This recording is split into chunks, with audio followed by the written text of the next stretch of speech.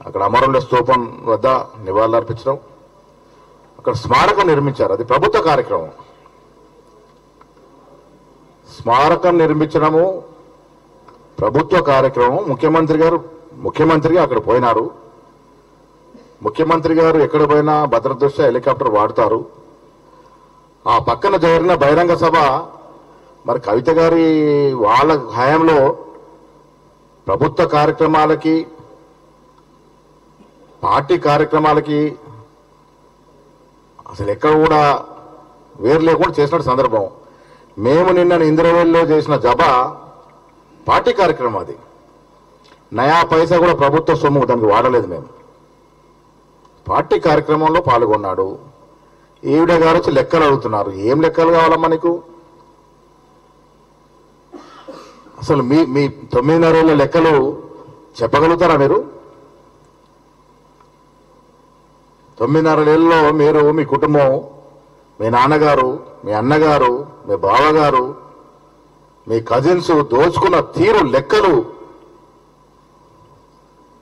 మొత్తం వస్తాయి బయటకి.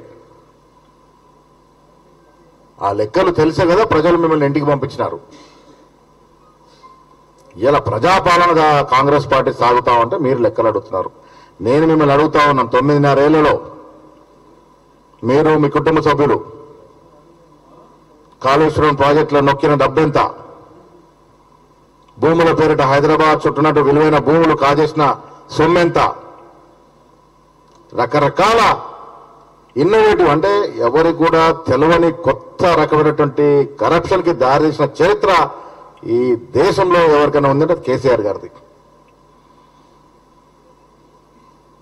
కాళేశ్వరం ప్రాజెక్టు కట్టారు, 1,20,000 కోట్లు గోదావరి నిధిలో పోశారు.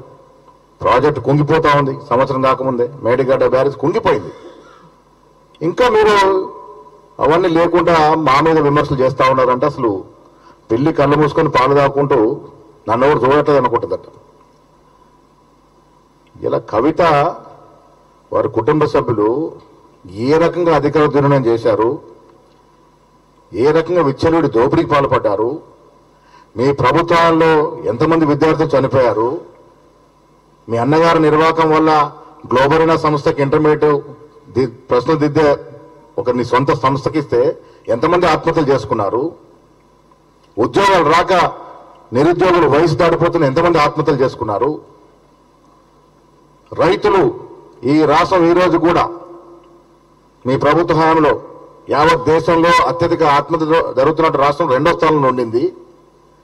ఇంకా మీరు ఇవన్నీ తెలుసుకోకుండా అజ్ఞానంగా మాట్లాడితే ప్రజలు ఆల్రెడీ మేము తిరస్కరించినారు. ఈ వచ్చే పార్లమెంట్ ఎన్నికల్లో మేము భూస్థాపన చేయడానికి సిద్ధంగా ఉన్నారు. ప్రజల అటెన్షన్ డైవర్ట్ చేయాలని మాట్లాడుతూ ఉంటారు.